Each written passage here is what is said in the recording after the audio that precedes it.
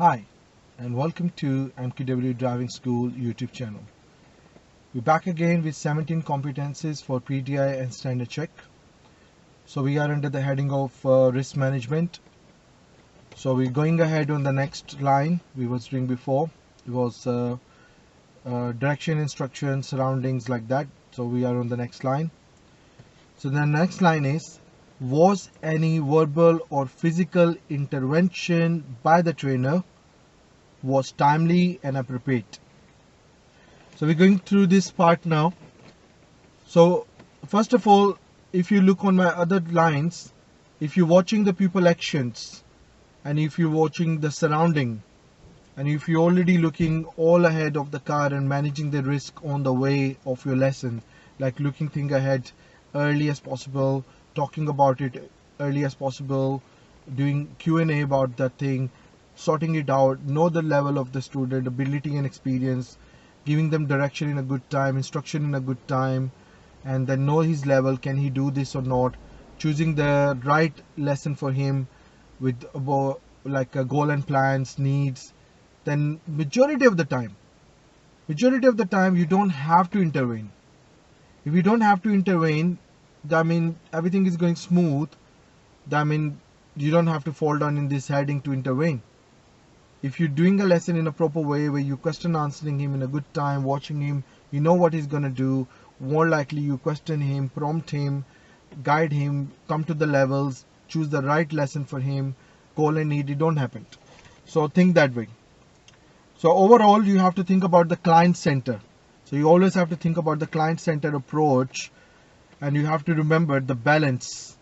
When I should give too much input and when I should stay quiet.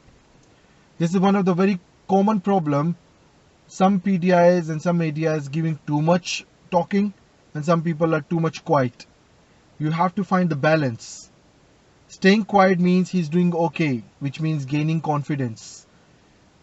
Talking too much, intervening too much, talking too much, questioning too much, that also mean you just like undermining his confidence. And there are a lot of ways you intervene, verbally, physically, but you can control this intervene if you go smooth in a nice order. Always, you don't have to intervene much. Okay, so when the car is stationary, it will be expected that the input and intervention will take fame more like verbal. So for example, if I'm stopped now and they say, can you please move when you're ready? And I'm asking him, do you think it's safe to move? And he say, yeah, it is. And soon I see there's a car coming and I say, no, stop, it's not safe. So that means verbally, I don't have to use my control to save him. So first you think of the verbal.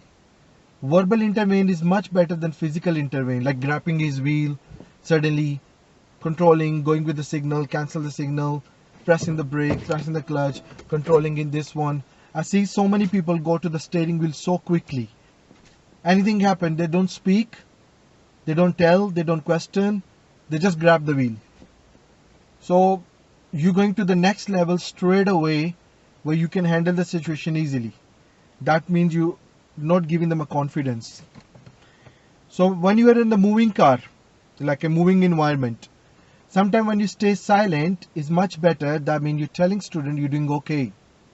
And then you just watch the student actions, and that way you know when he's going to do something wrong, then you want to intervene him and stop him not to do it. But verbally first, then physically as your last resort. You watch his body actions all the time to make sure that you can maybe do a Q&A answers and deal the situation in a smooth way, talk through, prompting, and then think of leaving him independent. When you're going to leave the student independent, that is where there is a chance you're going to do something wrong. And that's where you think of watch the surrounding and people action and make him ready for his intervene. But verbally first, then physical. Don't go to the physical straight away. It is very important for the PDI to handle the situation which come under the risk. So you must look all around the car for the surroundings and make sure you're looking everywhere so you can manage the risk in a moving car. So we expect from the PDI that when he see any hazard and your student is not able to do this, and is more likely in the danger of crashing the car and going in some kind of incident, then you intervene verbally or physically to control the situation. If you don't handle the situation and you put anybody in the danger while in your lesson, you'll straight away fail. Okay.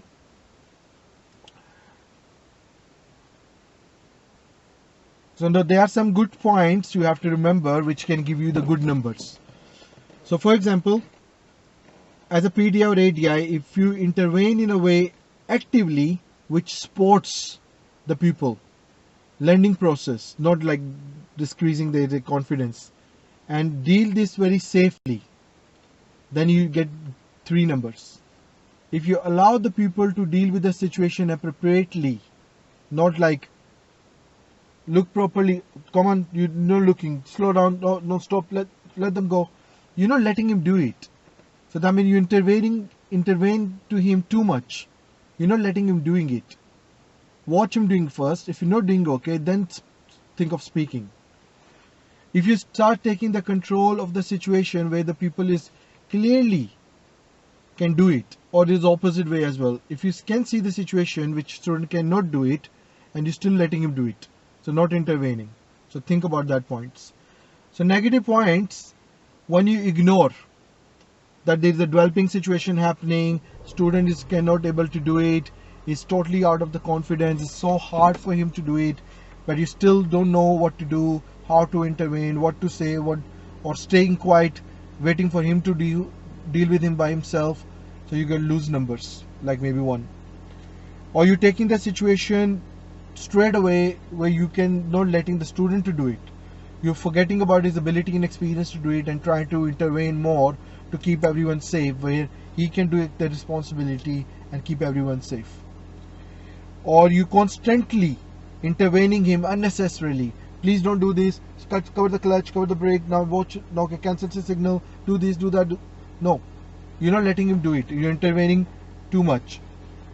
Or you're doing inappropriately and creating too much distraction in the lesson, not let him learn from his own actions. So that's the lose numbers.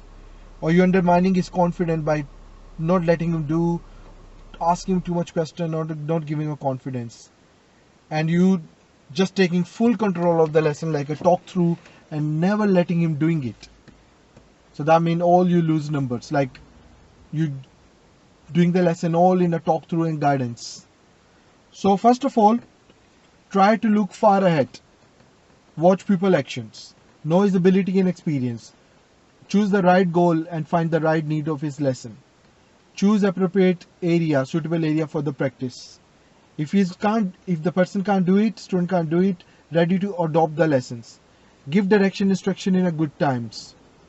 Then make sure you watching like developing hazard and talking a Q&A technique, adopting the Q&A technique, asking him how we gonna do it, who will take the responsibility, can we do together, you repeating this so many times, can you do this time, okay, I'll wait for you to do it, if you don't do it, I will help you.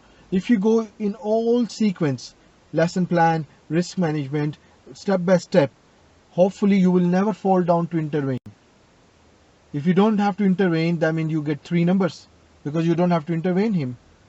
And then the next line when we're going to do it, how we can give sufficient feedback to the student. But if you're not going to intervene, you don't need to have to give feedback then. So you can save yourself from intervene. But if you have to do it, verbal first, then physical. But see, physical is something which you can never see. It happens suddenly and you can't control it. You have to come to the action and physical intervene. But I don't believe this. Nothing is coming from the sky and suddenly in front of your car. There's always around you. Something is always happening around you all the time in your surroundings. So you just have to watch the hazard and take the responsibility in a good time, Q&A in a good time, make an agreement in a good time. Then you can pass the place, pass the hazard very easily, very smoothly. Then he can do easily by himself. And excuse me. And then you don't have to intervene it. So make sure not over intervene. Do it when you need it.